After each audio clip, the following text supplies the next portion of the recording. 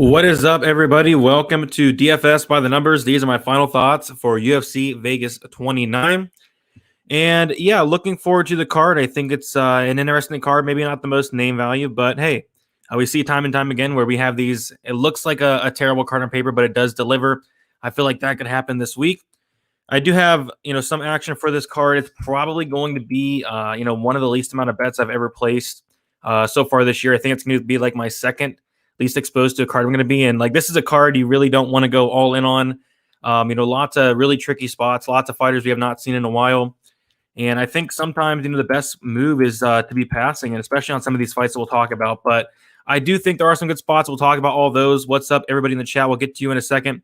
Before we do want to shout out the sponsor, Pub Sports Radio. Go ahead over there and hit the sub button. I will be on there on Sundays, Tuesdays, and sometimes on Saturdays for the fights as well. Me and Uncle Weezy doing a early look into the next card on Sundays.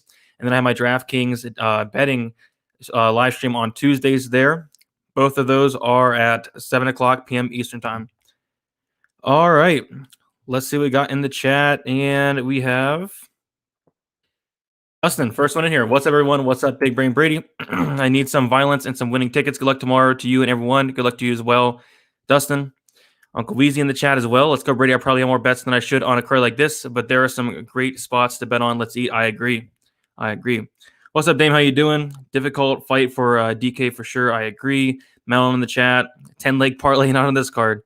Definitely not on this card. What's up, Spencer, as well? DJ. What's up, D. Jenkins? How you doing? What's up, Brady? Another interesting card. Wish you luck on Saturday. Good luck to you as well. Touch gloves. I agree. Bill in the chat. Let's get this moolah. I agree. Zombie is plus money now. What are your thoughts? We'll talk about it soon. Yep. And he is indeed plus money. I'm just kind of waiting to see where that line goes. But if it gets to like plus 110, plus 115, I might have to, put a bet on. I'm very, very tempted on placing a ticket on Zombie there. Riff Raff, what's up, Riff Raff? Let's do this. Happy Friday, Brady. Happy Friday to you. Procopio will cash. Yeah, I'm really confident Procopio will talk about that. I think Casey gets the job done. With Tony in the chat. All right. So 12 fights on this card. There are some actually really good fights. So I do think there's going to be a lot of fights that have potential to finish. I think there's going to be some wars as well. But we will get started here, starting with the first fight of the night. And this is going to be my first bet of the night. And I do have Laura Procopio, minus 121, 1.5 units. And I actually spent, probably way too much time, on this fight. I went through and watched every single fight possible between the two. And yeah, I think Casey is getting a little bit overrated, from the Shannon Dobson performance. And I don't want to say, that much overrated anymore because people are, starting to look into it. And there has been a lot of money coming on Procopio. She's now sitting at minus 160. And I think that's because people are getting to the tape and seeing, hey, she's, not that she's okay. I mean, she's young. I think she's going to be making a lot of improvements, but I don't think that, she's as good as people think. I mean, going out there and dominating Shannon Dobson, it's not that impressive to me. And you go back and look at some of her tape on the regional scene, and she's very, very hittable. I've seen her get taken down very, very easily. I've seen her get reversed. The striking's not great. And then you take a look at Laura Procopio. She's young herself, 25 years old. She's making improvements as well. She came into her UFC debut against Carol Rosa, and she lost that fight, but she looked decent. She looked a lot better than I thought she would. Her striking looked good. She's landed 165 significant strikes. I really like that. But what it all comes down to is I just think that Procopio is better in every single aspect of MMA than Casey O'Neill, maybe outside of the wrestling. But even then, I think Laura Procopio's wrestling is very good. She had 7 takedowns against Molly McCann. That's not something that's easy to do. But yeah, I think Laura's the better striker. I think she's more defensively sound. Not saying that she's the best defensively, but a lot better than Casey O'Neill, who's very hittable. She's going to have the volume advantage, the cardio advantage, the BJJ advantage by a decent margin as well. The only thing I'll give O'Neill is going to be probably that wrestling, but even then, I think her wrestling could be a little bit overrated. The big stat was, coming into this fight or coming into her fight with Shannon Dobson. Shannon Dobson had a 0% takedown defense. A 0% takedown defense. I mean, that means that whenever somebody tried to take down Shannon Dobson, they could. And after that fight, I believe Shannon Dobson retired as well. So yeah, I'm pretty high on Procopio here. The line's moving. I got her at minus 121. Minus 160 where it's at now. I mean, I still think there's solid value there, to be honest, but I was glad I was able to get it in there early in the week. at that minus 121 price tag. I thought it would close around like the minus 180, minus 190. I don't think it'll quite get there, but I don't know. You take a look at Tapology, and it was like last week. It was like 90% was on Casey O'Neill, and now it's like 80% on Casey O'Neill. So that's fine as well. But as far as DraftKings goes, I do think this is going to be an important fight. It is the first fight of the night. And typically, I don't know what it is, but we usually see that first fight of the night on the optimal lineup outside of like last week where, the Jake Collier fight did not score well. But I feel like there's going to be a lot of action in this fight, lots of takedowns, control time. Don't necessarily see a finish, but maybe there could be a finish. A prop that really stuck out to me, at least it was out there, is on FanDuel Sportsbook. It was at Procopio sub prop. It was plus 1,200. And, I was very tempted in it, but the only reason I did not place that bet is because I think she is more likely to win by decision. I think she could win by decision, maybe a TKO, maybe a submission, but I think decision's most likely. But yeah, plus 1,200, not terrible. On other books, it's like plus 650, plus 700. So I don't know if I'm going to take a shot on that, but that was something that did stick out to me. But yeah, I do think Laura Procopio does get it done. How many weird fights can one card have? Yeah, it has a lot of them. A lot of them. Long layoffs for many fighters. I agree. What up, Brady Bunch? What's up, Jay? How you doing? Brady, what's up? I'm late. I was like a minute late as well. What's up, John? Brady, what's good? What's up, brother? What's up, man? 0% takedown defense somehow. She has Kevin Holland's 47% beat. That's impressive. Yeah. 0%. Her takedown defense actually improved after the O'Neal fight. It went up to 14% because I believe she stuffed like 2 takedowns.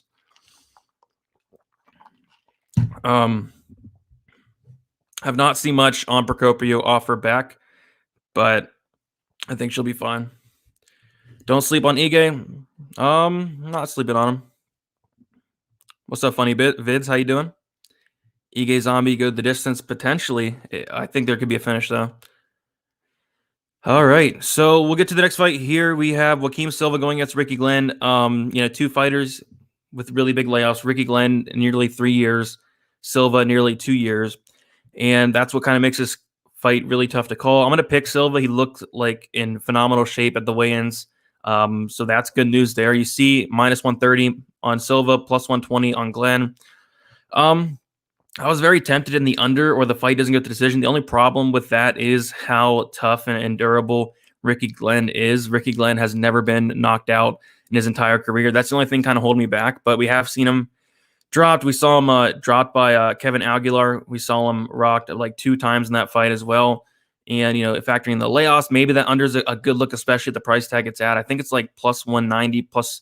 It was like plus 200, plus 205 earlier in the week, but some money's coming in on it. That's kind of the only way I'd look in this fight. But even then, I really don't want anything to do with it. Glenn and his durability is kind of keeping me off that under. But I do think that's a solid look, especially at that price tag. As far as a pick, I'll go Silva. I'll take Silva to, land the harder shots, be the better striker, maybe, get a knockdown or 2. But this fight's going to be probably very competitive. But I will pick Silva slightly, get it done. Maybe by knockout, which is plus 475, not terrible, but I think most likely Silva does win by decision, plus 175. But no action for me on this fight. As far as DK goes, I do have some interest in Silva, just in case he does get that finish. He's very dangerous, but I don't know.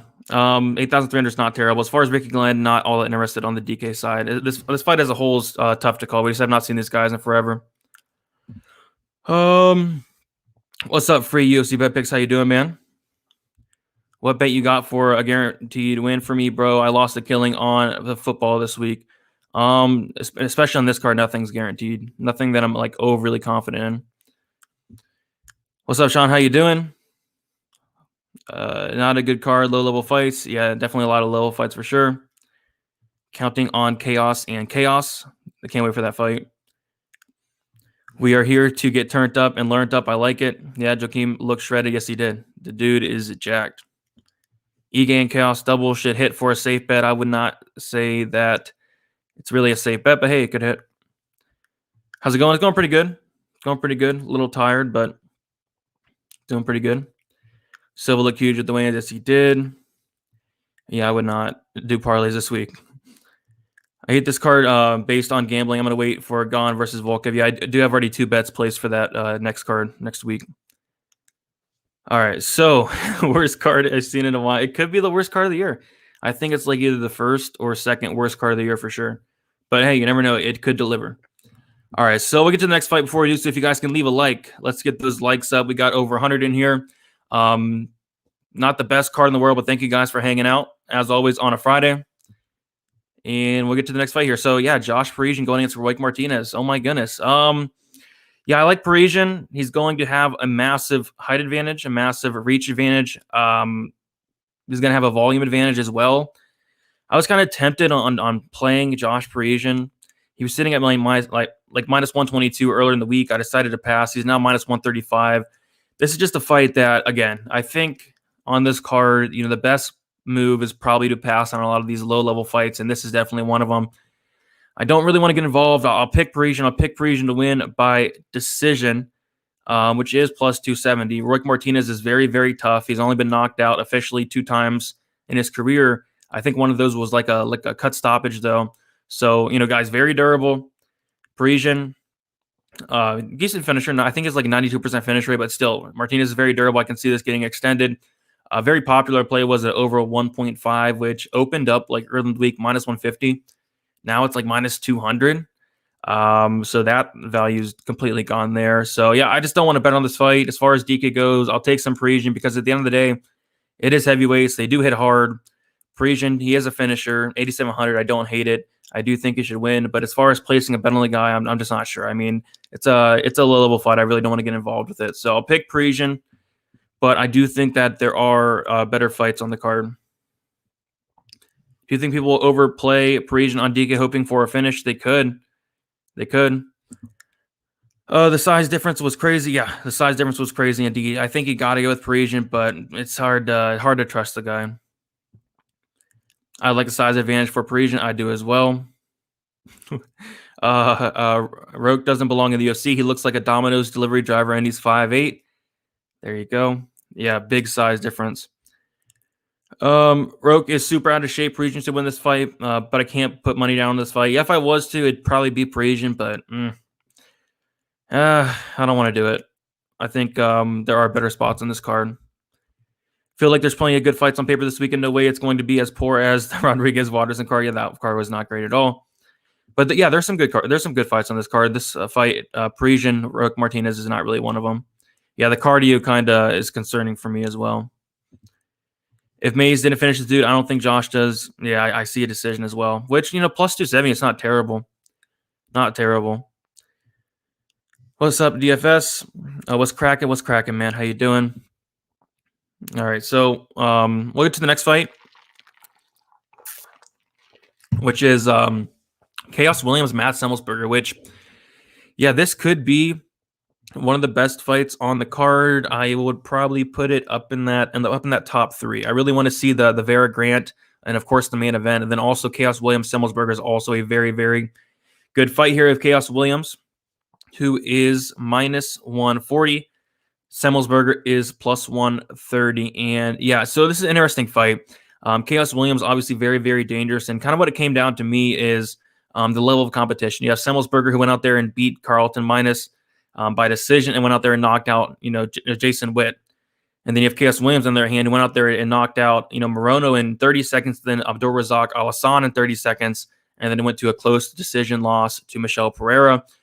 And I just don't think that Semelsberger has been tested all that much yet. Carlton Minus, somebody who's not currently in the UFC. Jason Witt, who has, probably pound for pound one of the worst chins in the UFC. So this is going to be a big test for Semelsberger here. I think it's going to be a war. I think someone probably does get finished. Something to note is Chaos Williams has never been finished, never in amateur or pro. But you take a look at Semelsberger. Semelsberger has been finished in his pro career 2 times.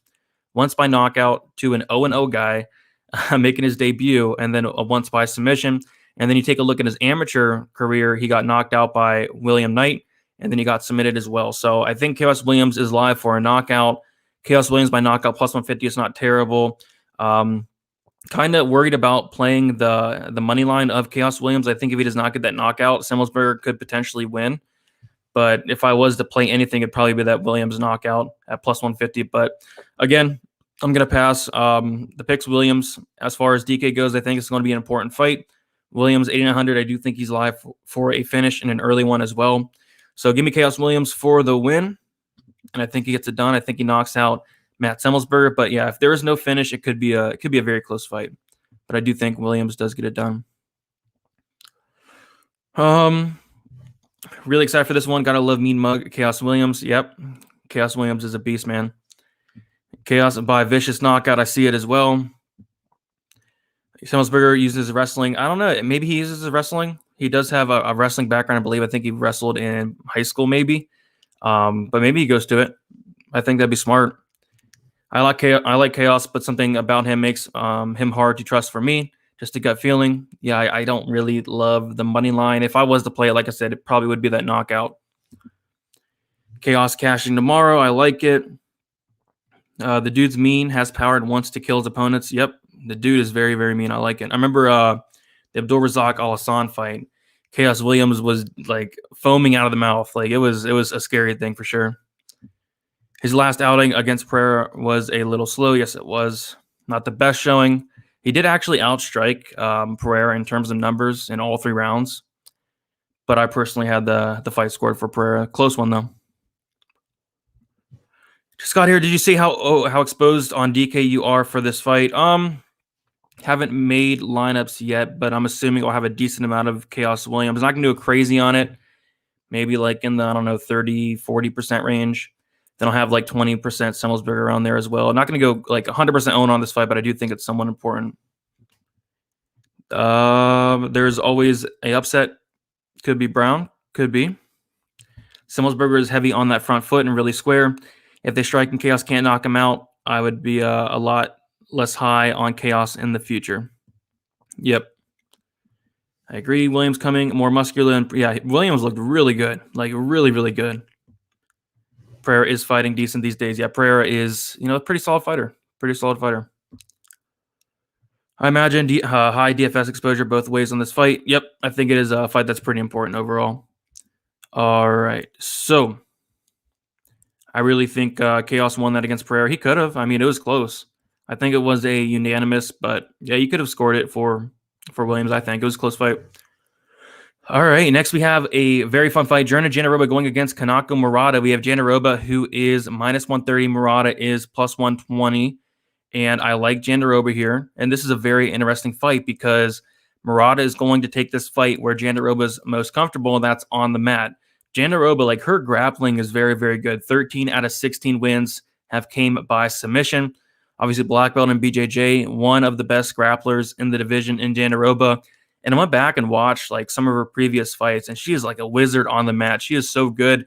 And, Murata definitely has the path to victory. The path to victory is going to be taking down Jandiroba and staying safe, staying on top. It's just, I went back and, saw some Murata fights where she would put herself in some really bad positions, and she'd do it, quite frankly as well. So I was thinking to myself, man, if Jandiroba gets herself in these same positions, she probably finishes the fight. So that's kind of what I'm going with here. If Jandiroba does not get that submission, I do think Murata has a very, very good chance of winning this fight by decision. So if you like Murata, I'd play the decision prop +175. If you like Jandiroba, honestly, I'd take a look at the submission prop, and that is my next play. So I did put half a unit on Jandiroba to win by submission +320. That line, I think, is like +270. Now, if you have FanDuel Sportsbook, I'm not sure if it's still +320. Maybe it is. But yeah, I think it's a solid line because if Jandiroba wins, I don't really see her winning by decision. I do expect her to be on her back for the majority of this fight or until she gets a sub. I don't expect her to win by knockout. She has 0 knockout wins. If Jandiroba wins, it's probably by sub. So I did take a half unit shot on Jandiroba by submission. +320. I don't hate it whatsoever. I think she has a good chance. And as far as Murata, if I was to play, anything on Murata, would be that decision prop. I don't see her knocking out Jandiroba and, submitting her. That's completely off the table as well. So as far as DK, I think this is another one that's going to be pretty important because Murata has kind of a style that can score really well on DraftKings. She's going to be getting takedowns. She's going to be getting control time as well. And then Jandiroba, I think she's very live for a submission. Or if she can even get takedowns, that would be huge. So as far as DK goes, I like both sides. But as far as, like a bet, I do like that Jandiroba submission prop. Even the Murata decision prop's not terrible as well. But I do like Jandiroba to find that submission. But if she doesn't, she probably does lose by decision. Really looking forward to this fight. All right. What's up, 2 Cents? How you doing? Tough card. A lot of close matchups. I agree this card is pretty tough for sure. Murata's more of a wrestler. Jandiroba subs her, no doubt. I mean, she's going to get a lot of opportunities to sub her. And you're giving me plus 320 for one of the best grapplers in the division, Jandiroba. 15 minutes to find that submission. And I kind of went out with, I think it was Uncle Weezy that brought this up. I think it was on the Sunday show. He said it was kind of like the Bartos Fabinski Andre Muniz fight, where what does Fabinski want to do? He wants, to take it down to the mat. And then where is Muniz most comfortable? On the mat. And what did we see? We saw a submission within the first couple minutes there. So, I mean, I can see a submission for sure. I personally can see Jandiroba getting the better of Murata on the ground. Yeah, 100%. 100%. I mean, would I be shocked if Murata just laid on it for 3 rounds? Not really, but man, Jandiroba's going to have a lot of opportunities. Esparza Jandiroba was close, and Murata is not Esparza. Yeah, that fight was very, very close. Even the fight with Dern was close, and those are her 2 losses. Dern and Esparza, 2 losses that are not that bad. Best of luck to you as well, 2 Cents. For an all day in this fight, I think she will have the strength advantage. I think so as well. Jandiroba by unanimous decision. Yeah, I mean, if she could, if this maybe she gets a sweep, gets on top, but I just think she'll be on her back for the majority of the time. Jandiroba is an animal, easy win. Murata is so strong. Short buff arms, yep. Triangles and arm bars, difficult, tough fight. Money pouring in on Murata, yep. She almost finished Randa twice, once by sub and once by TKO. Yeah, kind of another instance where I don't really want to overlook or overrate that performance of Randa Marcos, who is less than a 500 fighter. I think Marcos is like 10-11 or 10-12 now. But yeah, I mean, I think Jandiroba would sub Marcos pretty easily. Randa saved by the belt twice. Cam a finisher, but Gurderna's guard probably good enough to stay alive. I agree. Nobody has broken down UFC Vegas 29 more than Brady. Yeah, I'm exhausted, man. I've been talking about this card way too long. I did a show on Pub Sports on Sunday. I did the Die Hard MMA podcast with Clint on Monday. I did another show on Pub Sports on Tuesday. I did my own breakdown, Draftkings breakdown, doing this. And I mean, not the most exciting card, but we'll do it anyway. Brady works every day of the week. Preston, the GOAT, I agree. Lots of work this week for sure. I think Verna finds a sub. Yep, Uncle Weezy, he did a balls deep breakdown on this fight. If you want to go check it out. Just Uncle Weezy pretty heavy on Jandiroba this week, I believe. Brady, who is your biggest dog, and who is your pick on which favorite is going to bust? So my favorite dog this week is going to be Wellington Turman. And as far as a favorite that could potentially bust would be Alexa Kamour. I think there should be no parlays this week. I keep trying to say people. 2 weeks ago, I said don't parlay Jordan Levitt. Last week, I said don't parlay Jamal Hill. This week, I'm saying don't parlay anybody. Like, honestly, don't do it. Not on this card. I'd save the parlays for next week. There are some good spots next week. I can't bring him that comment. I can't bring him that comment, man. Marcos almost got a heel hook. Random Marcos 10-9. Not a good look. Not a good look. Verna has good losses, but Dookie wins. That's true. That's true. Her wins aren't that great. We got Danny in the chat. What's up, Danny? Good luck on everybody's bets tomorrow. Good luck to you as well. Snipes only on this card. I agree. Okay.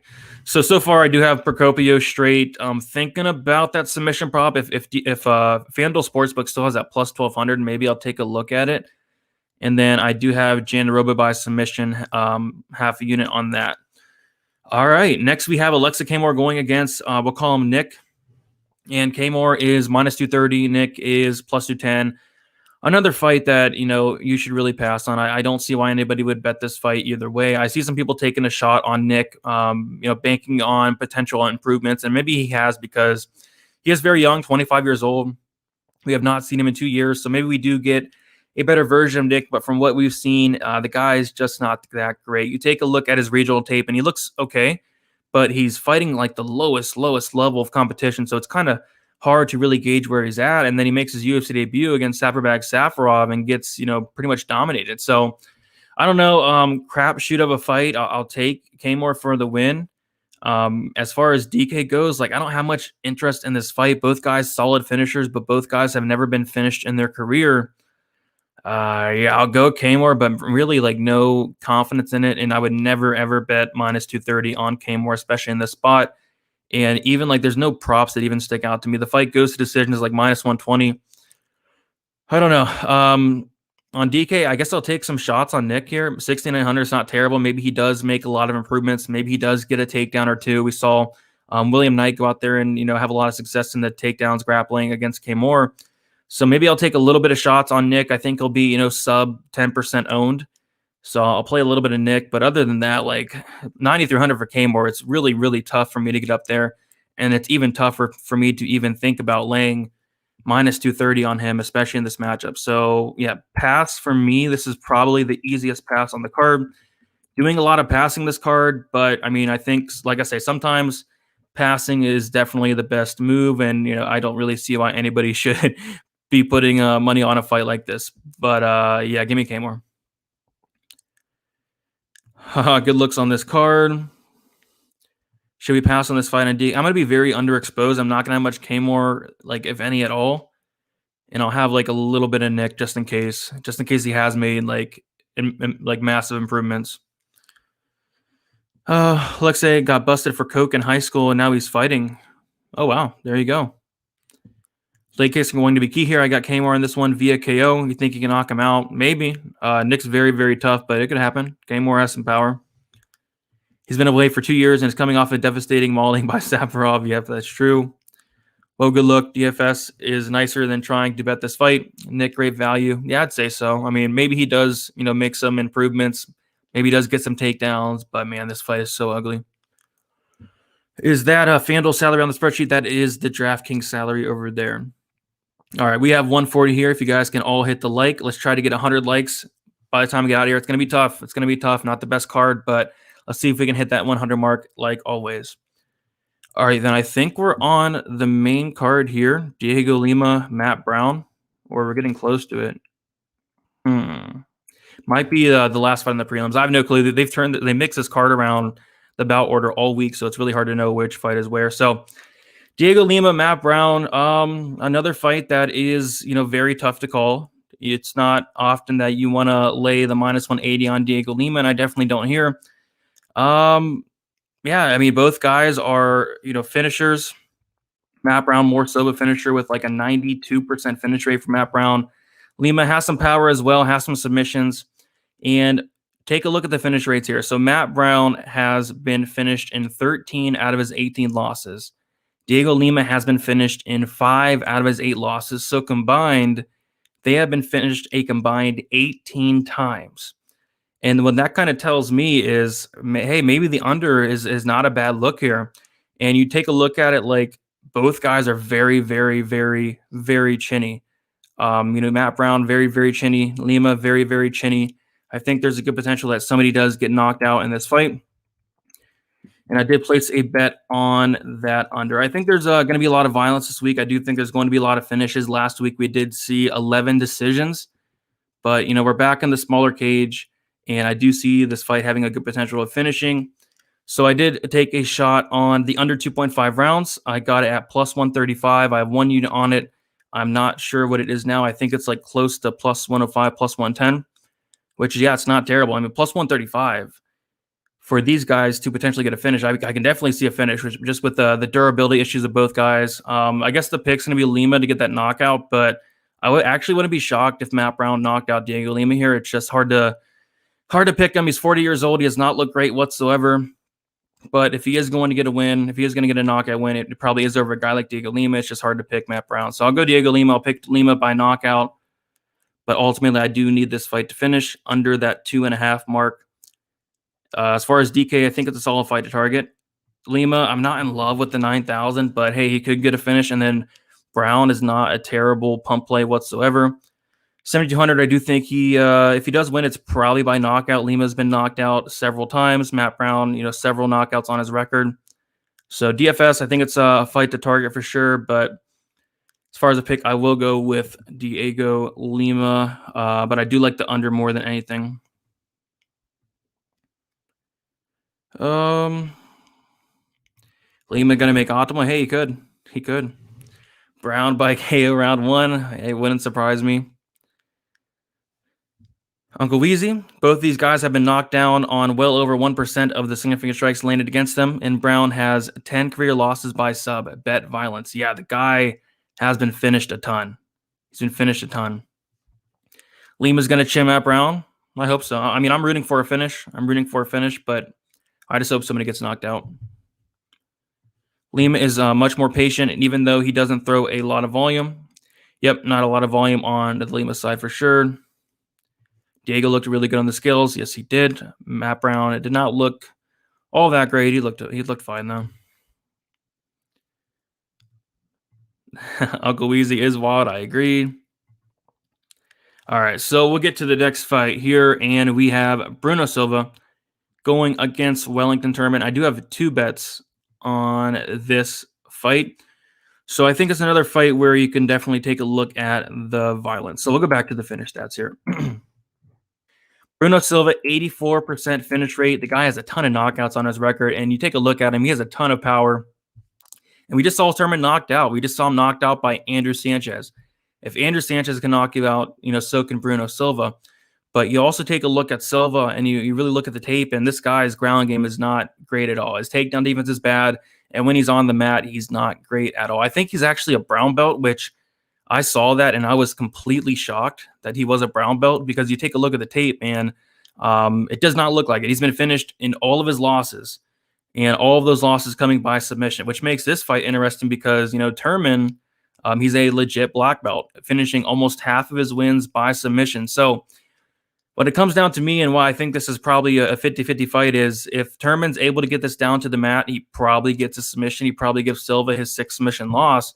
But if he does not get it down to the mat, there's a good chance that Silva does knock him out here. So I'm going to pick the dog. I'm going to say that Turman gets his fight down to the mat and gets that submission. And, we got to remember, that was Turman's first knockout loss ever in 20 fights. In 20 fights, that was Turman's first knockout loss. He's still very young. He's improving. I think he's 25 years old. But yeah, not a great look getting knocked out by Andrew Sanchez. But yeah, if he is able to get this down to the mat, I think a submission could happen. So I do have the under 2.5 in this fight. I got it at minus 125. I have 1.25 units on it. And then I also took a small stab at Wellington Turman by submission plus 550, 0.25 units on it. But ultimately, I do want to finish. But yeah, if Turman gets that sub, it's going to be nice. So those are my 2 plays there. As far as DK, I think this is one of the more important fights to own for sure. I think this is going to be my highest exposed because, if Silva wins, it's probably by knockout. It's probably early. If Turman wins, it's probably by submission. So definitely a fight that I think is important. I do have those 2 bets. Looking for some more violence here. And hopefully it does inside of distance. And I really do think it does. I think it's either Silva gets that knockout or Turman gets that submission. Can't see this fight going the distance either way. I can as well. I think this fight is, according to the odds, one of the most likely to end inside the distance. And I see it this way as well. Silva is coming off a 4-fight knockout streak in other promotions. Yes, he is. Turman going to go back to what he knows after getting KO'd. That'd be smart to come out here and go for takedowns right away. If he does that, I do think he gets them, and I do think he has a lot of success. And that's another thing to worry about. Silva, we have not seen him in nearly 3 years, and he is coming off a little bit of a PED suspension. So definitely things to note there. But all I'm looking for is that finish, but that Turman sub would be very, very nice. If you like Silva, maybe take a look at the knockout prop plus 220. Not horrible. But I'm going to personally go with the Turman side. 7,400 on DK for Turman. Not a bad look for a dog here. Somebody that can get takedowns, somebody that can get control time and possible submission as well. So, give me Wellington Turman as far as the pick goes. But I do like the under 2.5 a little bit more. Hey, DFS, have you tried Monkey Knife Fight? Yes, I have tried it. I don't mind it. It's decent. When are fans allowed back at UFC Vegas? I'm not sure. Hopefully in the near future. The bookies put Wellington as the favorite. He was the favorite, wasn't he? I think at one point he was a slight favorite, and now it looks like that Silva is getting a ton of love. What's up, Danger? Let's go bring the violence. I agree. Let's get some violence for sure. But with that said, Bruno has shown good get-ups. Yeah, I mean the guy's a brown belt supposedly. I couldn't have guessed that, but yeah, I guess he's a brown belt. All right, so we'll get to the next fight here. We have Seungwoo Choi going against Rosa, and I'm looking at some more violence. I do like the under in this fight quite a bit, and the under looks to be quite a popular play.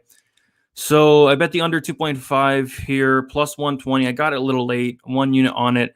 I think it opened around like that plus 135, so I did miss that, but still, I really do like the plus 120. And I say we go back to the finish stats. So Seungwoo Choi has not really shown any knockout ability thus far in the UFC. He does have one knockdown, no knockouts, but prior to that, he has a 56% finish rate, all by knockout. He does have a lot of power. Rosa, he is a finisher, so when he wins, it is by finish. 39% by knockout, 39% by submission, a 78% finish rate as a whole. And you also take a look at it. Rosa has been knocked out 4 times as well. The guy's been knocked down a handful of times. He doesn't have a great chin at all. He's very hittable. And I think Choi has a fairly good chance to knock him out here. But with that said, hey, if a Rosa wins, it probably is by finish. Choi has been knocked out. Choi has been submitted. And I don't know. I feel like somebody has a good opportunity to get finished. I'm going to pick Choi to get the finish here just based off of how hittable a Rosa is. But yeah, I mean, I think that Choi by knockout is interesting, plus 275. I was looking for a little bit better of a price on it. I don't know what FanDuel Sportsbook has it at, but I might be taking a look at that knockout prop. If it's still, I think FanDuel Sportsbook had it at like plus 320. If it's still plus 320, I might take a look at that. But ultimately, I do love that under 1.5 or under 2.5 rounds at plus 120. I don't know what it is now. Like I said, it's a very popular play. It seems like a lot of people have it, but I do think there's a good chance it does finish. As far as DK goes, I like it on DK. I think Rosa is actually a decent looking dog. 7,600. He's going to be somebody that's going to fight for your money. He's going to be somebody that's going to be looking for a finish. And Seungwoo Choi, 8,600. I think he has an opportunity to get a knockout as well. So important fight for DK. I think this fight, Choi, Rosa, Silva, Turman, Lima, Brown. I think all 3 of those are pretty important for DK. Even this next one, like Marlon, Vera, Davy Grant. Very important for DK. Like the whole main card, I think is where I'm going to have a lot of my exposure for this card on DK and betting as well.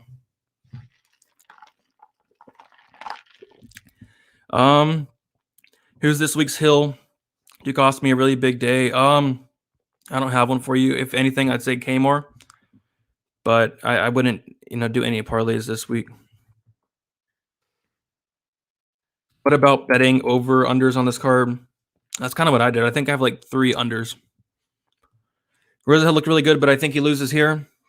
The guy's been looking good. Silva, round 1 KO. I could see it. Turman is chinny. Maybe. I mean, he got knocked out by Sanchez, but that was his first knockout loss. Choi probably doesn't lay him out cold. Could see him get multiple knockdowns since he doesn't have the overwhelming power. It could be. But man is a Rosa chinny. Probably doesn't take much. Choi with a good chance to get his first KO in the UFC. I think so as well. Vera, my lock this week. There you go. Plus 340. Yeah, it's not horrible at all, man. Yeah, so I'm definitely looking at that. Looking at that KO prop. Looking at potentially maybe doing the Laura Procopio submission prop plus 1,200. But yeah, that plus 340 is really intriguing. Semi-underdog play of the week for me. Rosa via unanimous decision. Maybe. That's I can see it. I do think there will be a finish now. Yusuf Zalal almost submitted Choi. Don't forget Brady. Rosa has 11 wins by submission. Yep, I did not forget. I think a submission could be likely if he does get this down to the mat. It's definitely a straight back week. I agree. All right. So now we'll get to one of the best fights on the card. Davy Grant going against Marlon Vera. And we see a lot of money coming in on the Davy Grant side. Very popular play.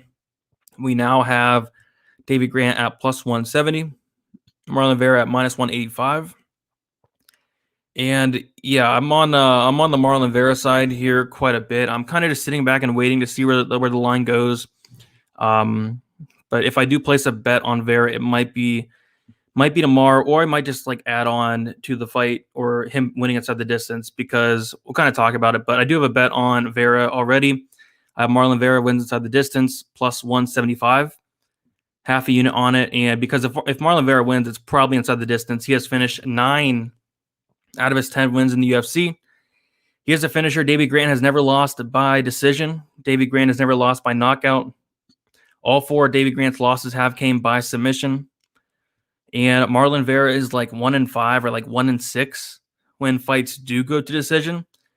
So that's kind of why I'm a little bit iffy on completely playing him straight. I think the inside the distance, or Marlon Vera inside the distance, is probably the way to go. Because, yeah, if it does go to decision, Grant has a good chance to win it. But I do think Vera does get the finish. I do think it could be a knockout. That's why I'm not messing around with like the submission prop or the knockout prop, because I do think it could be either a knockout, a submission. Because Grant, I mean, the chin's not there. He's been knocked down multiple times.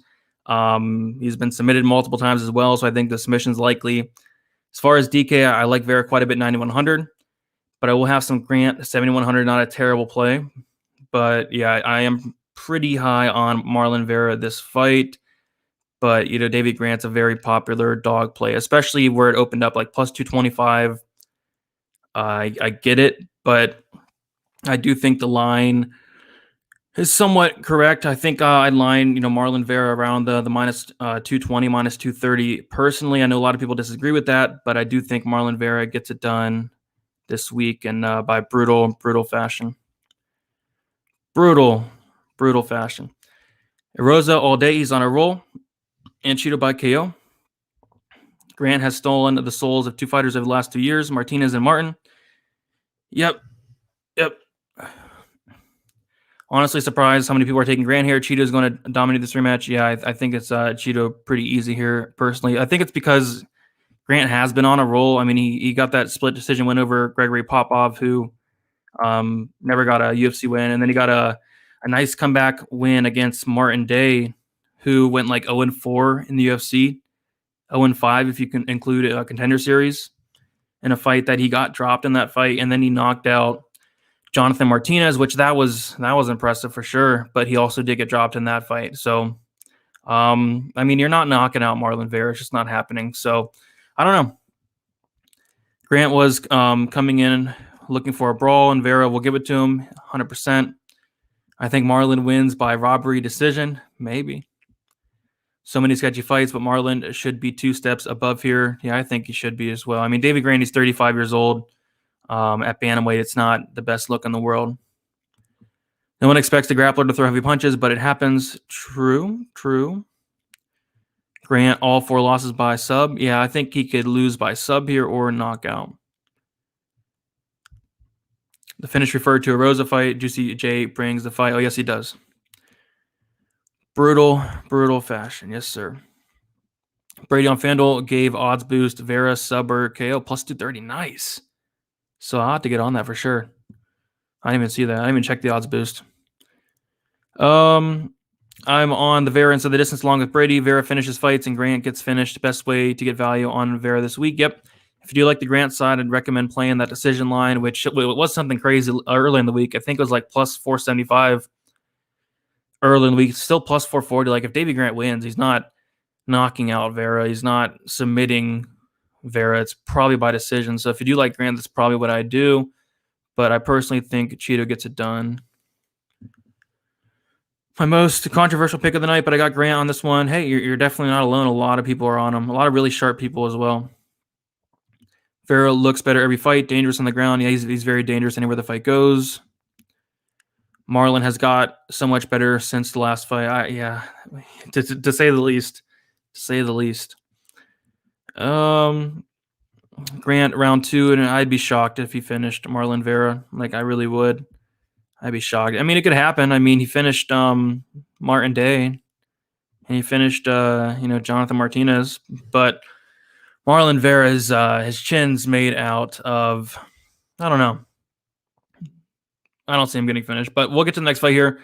Sergey Spivak going with Alexei Olynyk. We have Spivak, who is minus 215, Olynyk plus 195. Another fight that I don't know. I want to bet this fight in some type of way. I just can't figure out, what to do. I want to look at Spivak maybe inside the distance or by knockout, which is -145. I just have kind of like an iffy feeling on this fight. It's really hard to count out a guy like Olynyk. Kind of reminds you of like a Paul Craig. I mean, he doesn't have the best striking, but if he does get it down to the mat, he can get a submission from pretty much any position. And Spivak is somebody that is comfortable going to the mat. That's kind of his game. He gets takedowns, control time, ground and pound. I don't know if he wants to take down Alexei Olynyk, especially early. Like if he takes down Olynyk in the first round, he could be in big trouble. But I'm kind of banking on Spivak playing it safe, keeping it at range, outpointing Olynyk for the duration of the fight. The only problem I have is Spivak does not look to have much power on the feet. And when he is getting finishes, typically they're more like, ground and pound victories or even submissions. He's not submitting Olynyk. So maybe I can see like a third round ground and pound victory. I just don't know if he's going to be able to finish Olynyk early. So the under 1.5 was something that I was kind of looking at first. But once I saw the price tag, there's no way. Like -160 for the under, that's just kind of crazy. I can see this getting over. But it's a weird fight because Olynyk, I mean, he has like 5 minutes of gas. 5 minutes of gas, and that's being generous as well. Maybe he has like 4 minutes nowadays, but he's 44. He did look in good shape at the weigh-ins, so maybe he has a little bit of better of a gas tank. But it's hard to pick 44-year-old Olynyk. As far as DK goes, I think this is one of the more important fights. Spivak probably does get that finish, but if Olynyk wins, it is probably in the first round. So Olynyk's not a terrible pump play. But yeah, so I'll take Spivak for the win, but don't really want to bet it. Spivak will absolutely need to get this fight on the feet. I agree. I would not go to the mat with Olynyk. Is this his last fight? It could be. The guy's been fighting forever. And Alexei looked so thick and fit today. He looked really good. Remember when Vera finished O'Malley? Yes, I do.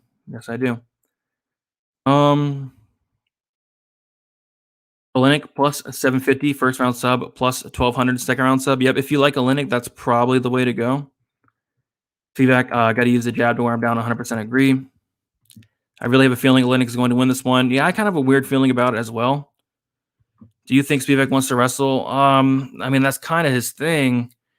I hope not. I mean, if he does, he's going to be putting himself in some bad positions. I think he might do it like towards the end of the fight. Like if Olynyk does slow down, gasses out a little bit, maybe he does go to that wrestling in like the third round, but I would not recommend going to it early. Spivak will 100% win. Yeah, I'm picking him as well. Spivak decision. Yeah, Spivak by decision is plus 695. Plus 695. That's not terrible. And I was also kind of looking at the Spivak third round prop as well. But yeah, Spivak decision, Spivak third round prop. Those are not terrible. Chaos Cheeto parlay. Don't hate it. I wouldn't do any parlays this week, though. Spivak will take him down and smash his face in. Alexei turtles up and quits anymore. Yep, I can see that happening late. I don't know if he does it early, though. That's kind of where I'm struggling. Like, when does this fight finish? Because typically you want to look at those unders in Olynyk fights. But this one, I'm kind of struggling on it. 46 career wins for Olynyk by submission. 75 career fights. Wow. Yeah, crazy. What's up, Chris? How you doing? Spivak by points. Yeah, that's like plus 695. Remember that fight? O'Malley is saying that the loss didn't count. That it was a fluke. If Spivak jabs him up in round 1, he should be good to go after that. Yeah, I agree as well. Are the fights on tonight? No, sir. They are tomorrow. All right. Speaking of tomorrow, I'll have the betting breakdown video out tomorrow morning. And I will be adding on. I'll be adding on like another bet or two. Like I said, I'm looking at the Choi by knockout prop, potentially, maybe the Procopio sub prop. What else was I looking at? Oh, and then potentially a bet on the Korean Zombie, which we'll get to next as well. But other than that, and then I might be adding on some Marlon Vera inside the distance. But yes, and then I have my live stream 1 hour prior to when the prelims start. I think the prelims start at 4 o'clock p.m. Eastern time, or like 4 or 5, but I'll be going live 1 hour prior to when they start. All right, so we'll get to the main event. Before we do so, if you guys can leave a like, let's get those likes up. Do you want to shout out the sponsor once more? We have Pub Sports Radio. Go check them out. I'm live on there on Sundays and Tuesdays and potentially Saturdays. I don't know if I'll be on there this week, but usually on there with the guys doing some live betting. They have a kind of like a fight companion, live commentary, live betting, all that good stuff. It's a good time. So check that out. And yeah, we have a very good main event here. Chan Sung Jung, Korean Zombie going against Dan Ige. Yeah, best fight on the card. Really looking forward to this fight. We see a lot of money coming in on the Ige side, and it's a tough fight to call. It's like, how do I put this? Like, Korean Zombie, he did not look great in his last fight against Brian Ortega. And I mean, it's kind of hard to, say like, is the Korean Zombie done? Is he on his way out? And I don't really like writing off people after just one bad performance, because that's what it was. It was just one bad performance from the Korean Zombie. It was not a good look. It was not a good look. But I do think there could have been, some different factors going on outside of the cage that could have, affected his performance a little bit. There were talks of him, not his heart not being in it. There were talks of him, not having the best training camp. And then, for this training camp, he moved to fight ready, which I really do like that quite a bit. He looks to be in phenomenal shape. So if we get, the same version of Korean Zombie that fought, Yair Rodriguez, Frankie Edgar, guys like that, I think he has a very, very good chance to win this fight. It's just we don't know if, Zombie is on a decline. But hey, he's only 34 years old, not horrible. But yeah, that last performance did leave a little bit of a bad taste in my mouth. But like I said, it's hard to write off a fighter after just one bad performance. And I made this example. I wrote off Ponzinibbio after that Leach performance. A lot of people did. And, kind of rightfully so, because he did look pretty terrible in that fight against Leach. Pretty terrible. But he came back the next fight and he looked like the same old Ponzi. So, yeah, would I be shocked if we got the same old Korean Zombie? No, I would not. But yeah, it's a tough fight to call. If the line keeps moving, I will probably take a shot on Zombie. It's just crazy to think about because, man, like he was a big favorite over Brian Ortega. He was like minus 200, minus 230 around there. And now he's an underdog to Dan Ige. It's just crazy to think about. But I'll take the Korean Zombie. As far as DK, I like both sides. I do think this fight scores well and does find the optimal lineup, especially at these price tags. I'll have a little bit more on the Zombie side, but I'll have my fair share of Ige as well. Haven't done percentages yet, but I'm thinking maybe like 50-40 in favor of Zombie, maybe like 45-40 in favor of Zombie, just a little bit more Zombie, just because I do think he wins. But yeah, give me the Korean Zombie to get it done. I don't know if it's going to be a knockout or a decision. You take a look at Zombie, he's a finisher. Has like I want to say like a 88% finish rate. He gave 60% finish rate. But yeah, give me the Zombie to get it done. Don't know if I'll bet it or not. As of now, I'm passing, but I will take a look and see where that line goes. If it gets to like plus 120 Zombie, I'm definitely hopping on. Plus 115, tempting. Plus 110, tempting. But we'll see where it goes. Ige is no T-City. Yeah, he's not at all, man. I mean, I took a look through the career of Ige and just a complete difference of level of competition by an absolute mile. Wasn't a good look, but Ortega is a problem, so I give him a little break. Yeah, Ortega, he's fighting for a title, so I think we got to give him a little bit of a break. Zombie KO. Ige has more grit and heart than Zombie. I don't know about that. I'll take Ige by TKO. Yeah, a lot of people are taking Ige to get the knockout, but Ige has like 2 knockout wins in his last 13 fights. Not much of a knockout guy. I know he knocked out Gavin Tucker. I think that's probably where all this Dan Ige knockout talk's coming from. Zombie's tough to finish too as well. I'm on Dan Ige. Yeah, lots of people are on Dan Ige this week for sure. That line is moving. T-City ain't no Ige. Come on. Come on. Ige winning this. Korean Zombie via round 3 KO. Ige winning by KO. Tucker got whooped up on by Rick Glenn. Yeah, I mean, people don't understand it, man. Zombie by a Twister. I feel Ige has more motivation for this fight. He's wanted it for a while and can jump the rankings. He could. I'm a big Ige guy, but man, I don't know. Big step up in competition going from Gavin Tucker to Zombie here. As soon as I saw Zombie at plus money, I threw a unit on it. There you go. I might be jumping on it with you. No, he's not. He's not going to twist your hand. Ige. Zombie every day here. Zombie by 3rd round. Submish. Maybe. Both in optimal. Nah, I wouldn't say that. I think the winner will be, though.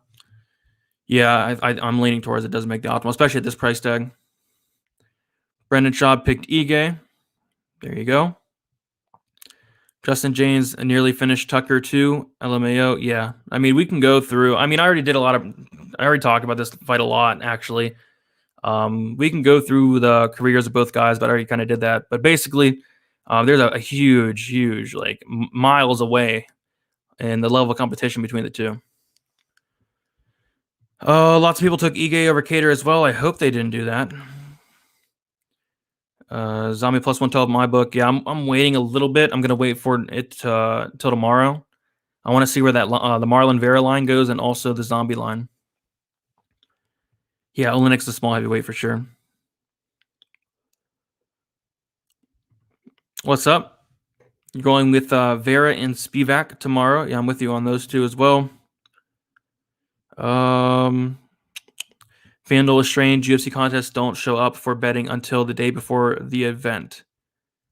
Vandal Sportsbook, they have everything out already. But yeah, so quickly go through my bets. I don't have much action on this card at all. I think it's a card that, hey, you should probably be careful on a lot of these fights. A lot of these fights you probably don't want to put your money on. But I do have that straight bet on Laura Procopio, minus 121, 1.5 units. It's going to be my biggest play of the night and my only straight bet of the night. Then I have Matt Brown, Diego Lima under 2.5 rounds, plus 135, 1 unit. Juliana Rosa versus Sungwoo Choi under 2.5 rounds, plus 120, 1 unit. I have Bruno Silva, Wellington Turman under 2.5 rounds, minus 125, 1.25 units. I also sprinkled the Turman by submission, plus 550, 0.25 units. I have Marlon Vera Marlon Vera wins inside the distance, plus 175, half a unit. And then Verna Jandiroba wins by submission, half a unit, plus 320. So, definitely looking for some violence this week, looking for a good card. Hopefully make some money. I have 2 bets already for next week's card. Next week's card looks like a little bit better of a card for betting and a much better card overall from like a fan standpoint as well. And then we have the McGregor Poirier card coming up. I think it's July 10th. So that's something to look forward to as well. He does seem to be a little bit overlooked. Grant's a very popular play. Olynyk's last fight in the UFC, he's getting KO'd early, under 1.5. Yeah, that's what a lot of people think. I think Vera by decision, they're both tough. More so towards a Vera finish. Optimal commentary. I really like. I'm a big DC guy, and I'm a big Bisping guy. Those are probably my top 2.